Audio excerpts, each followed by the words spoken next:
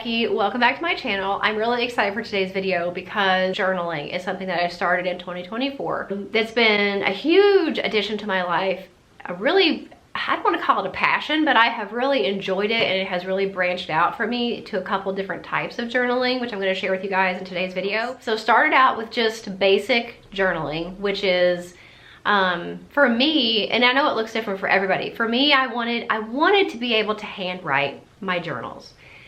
I decided for this format, I'm not handwriting them because I can type a lot faster than I can handwrite. And I wanted to be able to type and just let the words come out and not be like strict and kind of restricted by the fact that I'm slow. I can type really, really fast. So for that reason alone, I wanted to be able to type it. And also for convenience of location, like I don't have to carry around a diary if I was like waiting for the kids somewhere, or I'm in the living room, or I'm in my bedroom at night. If I have a diary or like a spiral or some type of notebook, I need to go get that book and find it and bring it and make sure I have it with me. So I wanted to make sure my journal was a Google Doc, because that way I can access it everywhere. I have my laptop, I have my desktop, and then I have, even on my phone, I have the app. So pretty much no matter where I am, I can journal if I have, one of those devices with me. And the nice thing about Google Docs for that specific thing was, on my phone, I can do speech to text. So even if I don't want to type it, if I'm out by myself somewhere and I just want to like talk out loud and kind of process something, I can pull up that Google Doc, do speech to text, and literally talk my journal entry to my phone. So for that reason, I keep my journaling on my Google Doc, and that journaling for me is where I spend most of the time venting, processing through just all the stuff that's in my brain, whether it's coherent or not. It's my main source of release as far as getting things out of my brain, all of the words that are in my brain all the time. It's the best place for me to put them and get them out. So that was where it all started. That's where the journaling all started. It has since branched off into a couple different types of other journals, which I'm going to share. My new favorite journal is what I believe would be, in the category of micro journaling. This is the notebook I have for that. I think it is so cute. It says daily chirps on it, which to me is just the cutest thing, because I love birds. I'm the crazy bird lady. I love wild birds. We have a pet canary. We had a canary before this one that sadly we had to put to sleep last year. My oldest daughter has a parakeet, and he's hers, and I love him, but my canaries are just like, I love them. And so the fact that it says daily chirps on it was just the cutest thing. I bought this notebook before I even knew what type of journaling I wanted to do in it. But because it says daily, I was like, well, it's gonna be something that I probably would do daily, imagine that, and it'll be kind of short and sweet. So this journal I actually started pretty late in the year. I started at the beginning of December. And basically this is where I write down mostly what I did during the day. It's gonna be fun to look back and do that, and especially as I get older. So this is a good example. December 16th, 2024, had a great day. I slept pretty well again last night, got up early for me, read my Bible and devotional, started dinner in the crock pot, and went to the gym before lunch. Never do that, but I knew I needed to if I was going to work at it all that day, and I didn't want to skip it since I'm trying to rebuild the habit and consistency. Went to a Christmas bell ringer concert tonight. It was a bit boring, but had some good parts. It was something fun and new. One of the girls got the giggles, so that was funny. I'm thankful to accomplish the early workout and for the birds I heard that were singing outside. So just something like that, just a recap of what I did, maybe something that I'm grateful for, a couple things. And I think if I keep it up, it will be fun to look back. I've already actually gone back and reread December. I'm not necessarily processing a bunch of emotions. There are times when I have said like, had a rough day today, or such and so upset me, blah, blah, blah. Briefly mentioning it, but if I'm really gonna sit down and like work through the feelings of that is something I would do in my actual Google Doc journal. And there's also another book that I can process that with, which I will show you next. So anyway, highly encourage some form of micro journaling. I just think it's fun. It's almost like a verbal, like a written scrapbook in a way, without actually having to like do pictures and stuff, just to be able to look back and reference. So that's this book. I do want to start remembering to add more gratitude in here though. That's one thing I didn't do very well in December that I hope to add to that. There's another book that I actually have been using, and it's something you're not going to probably use every day. Maybe you will, but for the most part, this is going to be something that if you're having a really tough time with something and you really just don't even know maybe how you feel about it, you don't know if it's a good thing, if it's a bad thing, how to handle it. This book is called The Worry for Nothing, Own Your Thoughts. One thing I like about this journal in particular is sometimes different types of journals and notebooks confuse me because I don't know how to open it up and use it. So this one gives you an example where it's written out what a sample would look like if you were to fill it out. So that was really helpful for me in the beginning because when I first looked at it, I was like, I don't know what to write. Even though there are prompts, I still didn't know what to write. I've only used it 3 times, so it's not something I'm gonna pick up necessarily every day. But it's really helpful for somebody like me who does tend to have a lot of worries, even though I know we're not supposed to, I still do. And then maybe you don't always know how to process them. Maybe you don't even know if it's a valid thing to be worried about. Are you just like overthinking it in your head, making something seem bigger than it really is? I tend to do that a lot. So basically it's a 2-page spread for each time you use it, and it's got the date, the time, and everything. And then it says, so what's going on? That's the first prompt. So you write down like, what's happening? What are you worried about? What's this situation? Then it says, okay, describe how you're feeling. So how does this situation or person or event make you feel? Now what are you thinking?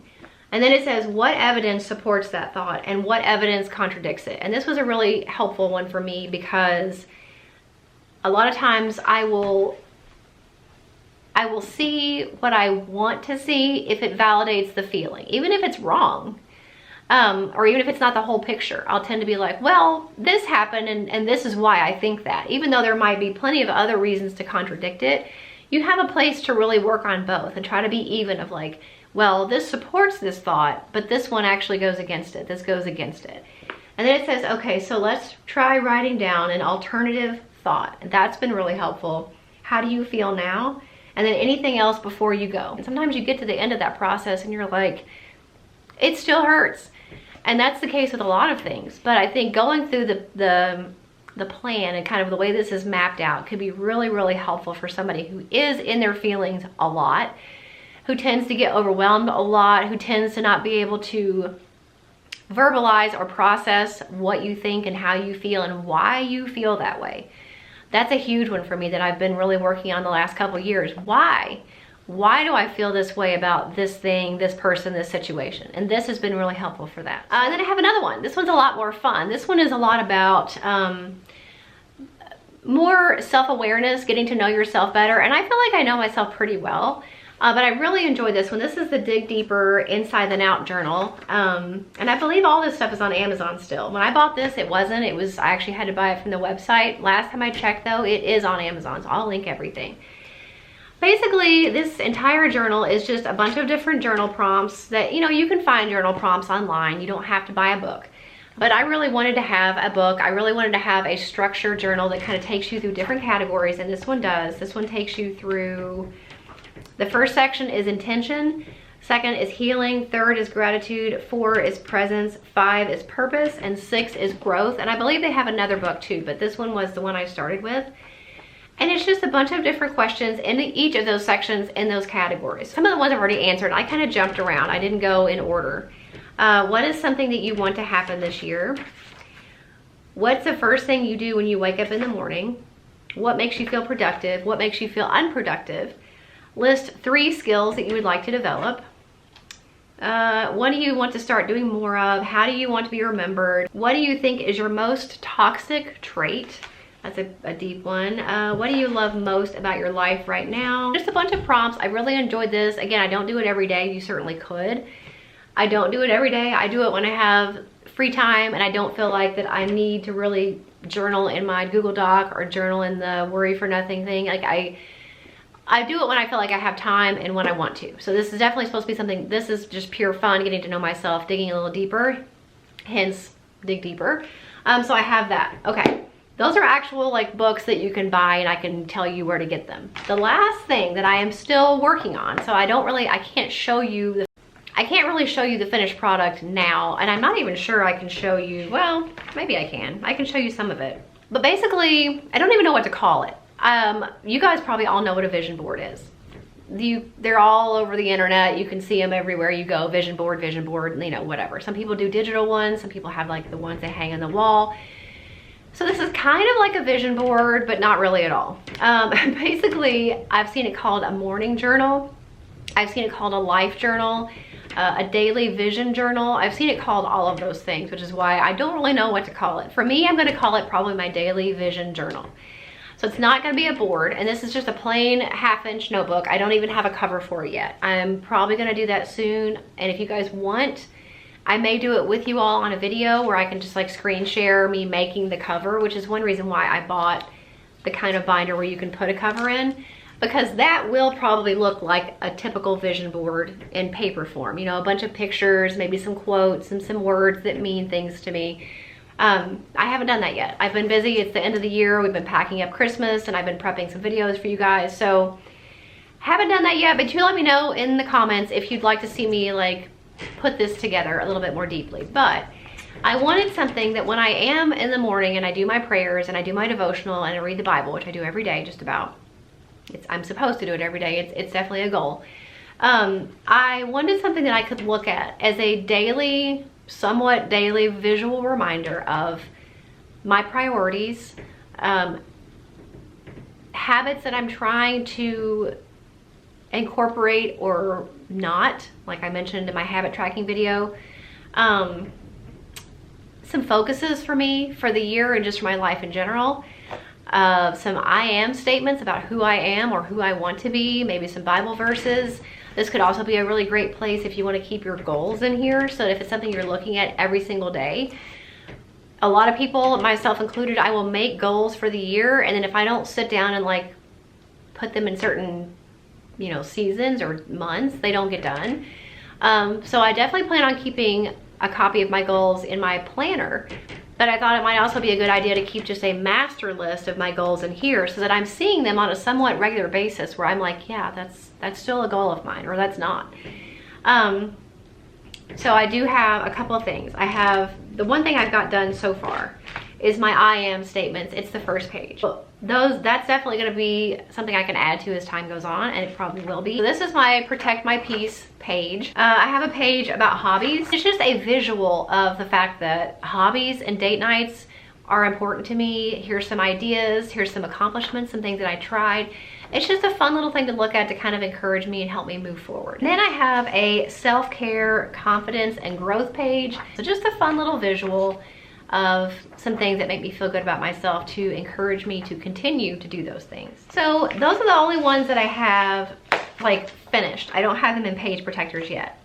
Definitely you can add to and take away from as your needs change, but it's something to look at every day or a couple times a week that I can really refocus myself, remind myself what's important, remind myself what I'm working on, remind myself of things that I know to be true, even if they're hard truths. It's pretty personal, so I don't know going forward if I would be able to show many more pages, but I definitely could probably show at least making the cover. I don't know, you guys let me know if you're interested in seeing that as a separate video. And I know this video has been long, but I felt like I really wanted to give each type of journal its due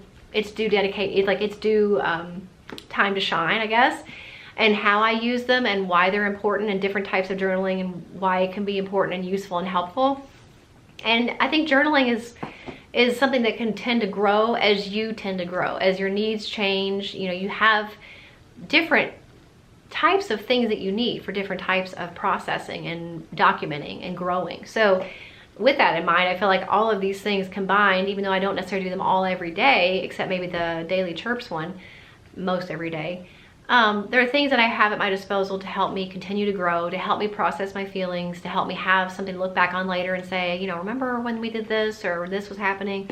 So I think it's fun. I've really enjoyed it, and something I would consider journaling one of my hobbies that I have tried and have made my own and kind of how I like to do it. And it's something that I wouldn't have ever tried if I hadn't been kind of on that journey to do new things and find new hobbies and outlets.